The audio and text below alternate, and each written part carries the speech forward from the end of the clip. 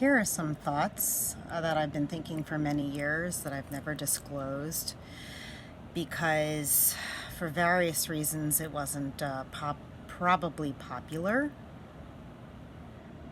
I've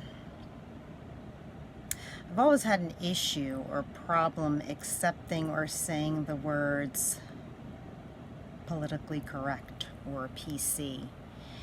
And a few years ago, I figured it out. It's because the words PC or politically correct are actually not correct. The word political needs to be substituted with the word social. So it should have always read as socially correct or socially incorrect. But because that is not PC enough, the word PC is what, and the term politically correct or politically incorrect is what resonated more and was safe with general people who would not agree. So I'm going to leave it nice and vague like that, and I'm going to go back to the word social. Because to keep it brief,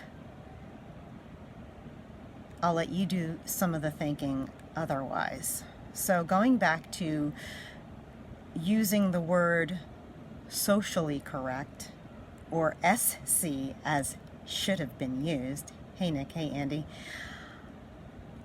The reasons why that is accurate to use socially correct or socially incorrect is more accurate, and what is the truth and what is real is because it taps into the mental state of an individual.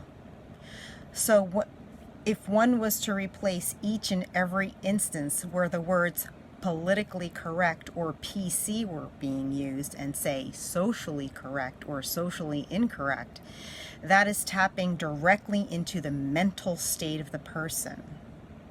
That is either being socially correct or socially incorrect. And the mental state of that person where there is social incorrectness needs to be examined. And also assessed. And with that assessment, people can then categorize that person or peoples that may collectively fit into being socially incorrect as a peoples that need mental health. So not many, hey David, not many people want to delve into this area of mental health, and I also call it mental hygiene, and this is not new for me at all, these concepts, and it's something that was not something that would have been readily accepted by society, but now it's blown past the time to talk about it, obviously. And so it's the mental hygiene of a person and the mental state and where these people are that are behaving socially incorrectly. Hey Andy, hey Donna. I'm glad I have some watchers, and kind of what prompted me is that I heard protesters outside. Now they're gone. I guess they walked away.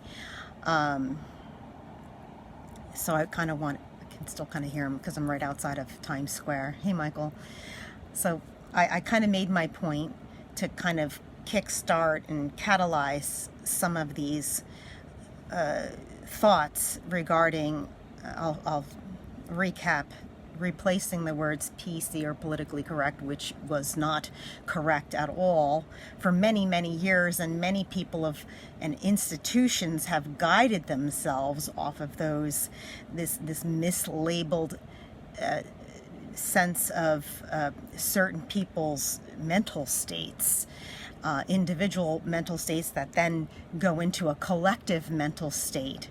So something that is PC or politically correct needs to be replaced with the word socially correct or socially incorrect, so that the mental state of the person or the collection needs to be examined and then assessed and then given the proper therapy to then align the person or the collective peoples to be able to then operate within society, get it, society, in a way that allows for the constructivity and flourish of all mankind and all humankind.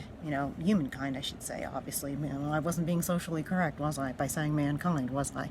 Was I?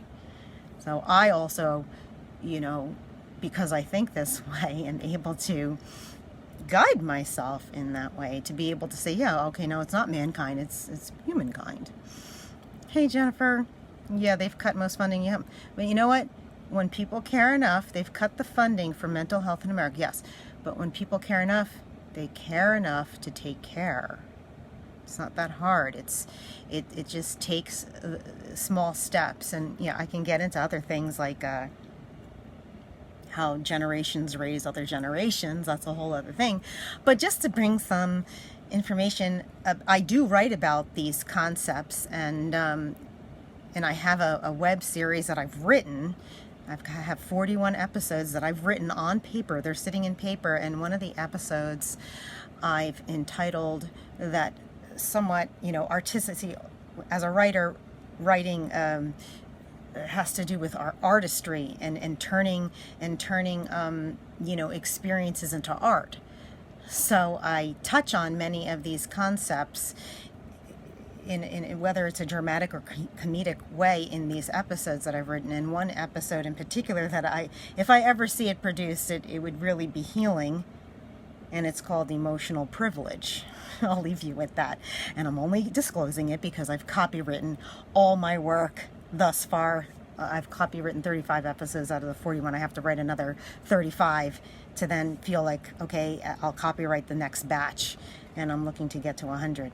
So those are the concepts, because I have to copyright my stuff before I disclose anything, because as an artist, we suffer with blood, sweat, and tears. And I'm not just talking metaphorically. There has been blood, sweat, and tears coming to terms with what I deal with society and life in general.